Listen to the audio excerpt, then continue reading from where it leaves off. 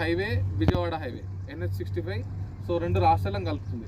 ఈ రోడ్కి ఎంత ప్రాముఖ్యత అంటే ఇక్కడ నుంచి మనం ఒక పావు గంట జర్నీ చేస్తే మనకి ఇక్కడ గ్రీన్ ఇండస్ట్రియల్ పార్క్ని 2000 ఎకరాలలో వస్తుంది. దండు మల్కాపూర్ మీరు వినే ఉంటారు కదా. సో ఆల్రెడీ దగ్గర 450 కంపెనీలకు దాంట్లో పర్మిషన్ ఇచ్చేసారు. ఆల్రెడీ ఒక 10-20 కంపెనీలు ఆల్రెడీ ఆపరేషన్లో నడుస్తున్నాయి. సో అది మల్టీ ప్రోడక్ట్ సేల్స్, అది మనం చూసుకుంటూ వెళ్దాము.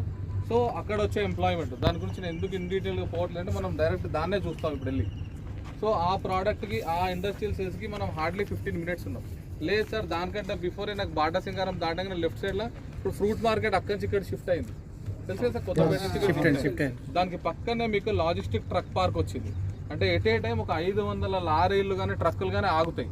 అంటే ఏంది గూడ్స్ అండ్ సర్వీసెస్ మనకి ఫ్రీక్వెన్సీ ట్రాన్స్పోర్టేషన్ ఉందనుకోండి, ఏమైతే సార్ ఫ్లోటింగ్ ఉంటే ఆ చుట్టుపక్కల వాల్యూ పెరుగుతుంది.